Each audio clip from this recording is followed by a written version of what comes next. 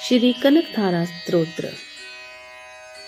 प्रिय भक्तजनों, जैसे कि इसके नाम से ही स्पष्ट है कि इस स्तोत्र का जाप करने से माँ लक्ष्मी की भक्तों पर असीम कृपा होती है। उनके घर पर धन का निरंतर आगमन होता रहता है। इस पाठ का जाप शुक्रवार, पूर्णिमा, धनतेरस और दीपावली पर विशेष तौर पर किया जाता है। तो आइए कनकधारा स्तोत्र का पाठ करते हैं। श्री कनकधारा स्तोत्रम आदि शंकराचार्य द्वारा रचित यह स्तोत्र न केवल धन धान्य दाता है बल्कि ऋण मुक्ति में सहायक है। सश्रद्धा और विधि विधान से इस कनकधारा स्तोत्र का पाठ कर आदि शंकराचार्य ने स्वर्ण वर्षा संभव की थी। ऋणग्रस्त व्यक्ति को इस स्तोत्र का पाठ भगवती के चरणों में बैठकर करना चाहिए। जहां इस स्तोत्र के पाठ से साधक पर चढ़ा ऋण उतर जाता है, वहीं अधिकारी व्यक्ति द्वारा दिए ऋण की वापसी का योग भी बनता है। जैसे भ्रमरी अधखिले कुसुमों से अलंकृत तमाल तरु का आश्रय लेती है, उसी प्रकार जो श्री हरि के रोमांच से सुशोभित श्री अंगों पर निरंतर पड़ती रहती है तथा जिसमें संपूर्ण ऐश्वर्य का निवास है, सब मंगलों की देवी भगवती महालक्ष्मी की कटाक्ष लीला मेरे लिए मंगलदायक हो।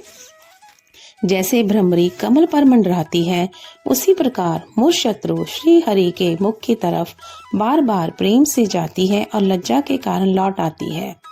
वह समुद्र कन्या लक्ष्मी की मनोहर दृष्टिमाला मुझे धन प्रदान करे।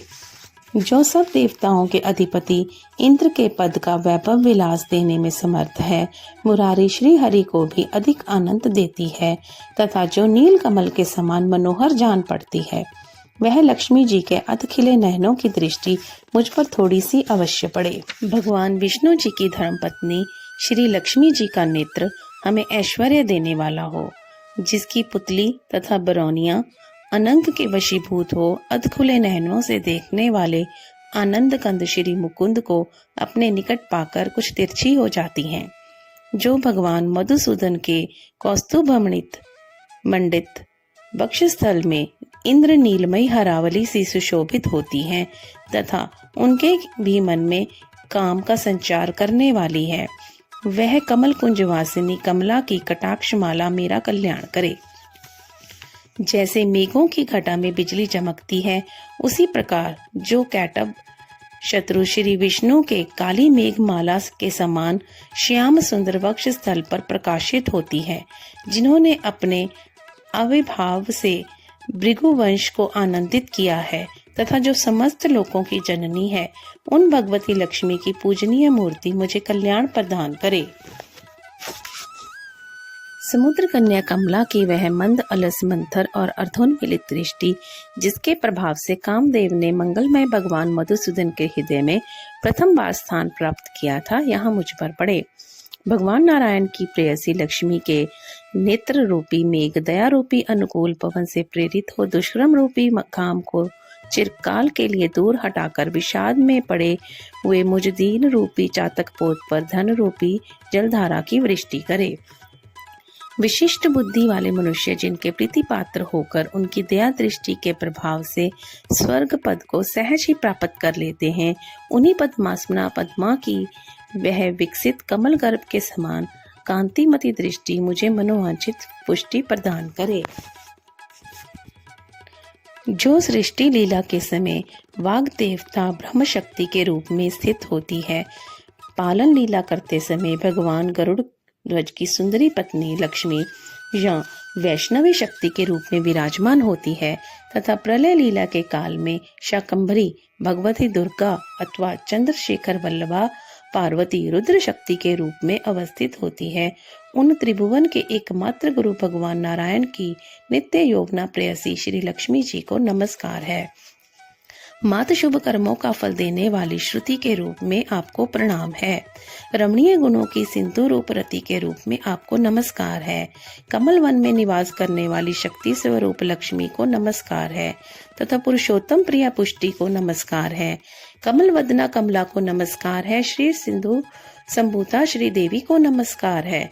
चंद्रमा और सुधा की सगी बहन को नमस्कार है। भगवान नारायण की वल्लभा को नमस्कार है। कमल सदृश नेत्रों वाली माननीय माँ, आपके चरणों में की हुई वंदना संपत्ति प्रदान करने वाली, संपूर्ण इंद्रियों को आनंद देने वाली, साम्राज्य देने में समर्थ और सारे पापों को हर लेने के लिए सर्वथा उद्यत है। वह सदा मुझे अवलंबन करे। मुझे आपकी चरण वंदना का शुभ अवसर सदा प्रदान होता रहे। जिनके कृपा कटाक्ष के लिए की हुई उपासना उपासक के लिए संपूर्ण मनोरथों और संपत्तियों का विस्तार करती है, श्री हरि की हृदयेश्वरी उन्हीं लक्ष्मी देवी को मैं मन, वाणी और शरीर से भजन करता हूँ। भगवती हरि प्रिय, तुम कमल वन में निवास करने वाली हो। तुम्हारे हाथों में लीला कमल सुशोभित है। तुम अत्यंत उज्जवल वस्त्र, गंध और माला आदि से शोभा पा रही हो। तुम्हारी झांकी बड़ी मनोरम है। त्रिभुवन का ऐश्वर्य प्रदान करने वाली देवी, मुझ पर प्रसन्न हो। दिग्गजों द्वारा स्वर्ण कलश के मुख से गिराए गए आकाश गंगा के निर्मल एवं मनोहर जल से जिनके श्री अंकों का अभिषेक संपादित होता है, संपूर्ण लोकों के अधीश्वर भगवान विष्णु की गृहिणी और श्री सागर की पुत्री उन जग जननी लक्ष्मी को मैं प्रातःकाल प्रणाम करता हूँ।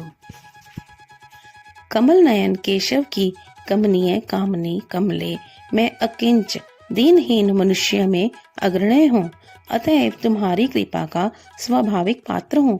तुम उमड़ती हुई करुणा की बाढ़ की तरल तरंगों के समान कटाक्षों द्वारा मेरी ओर देखो।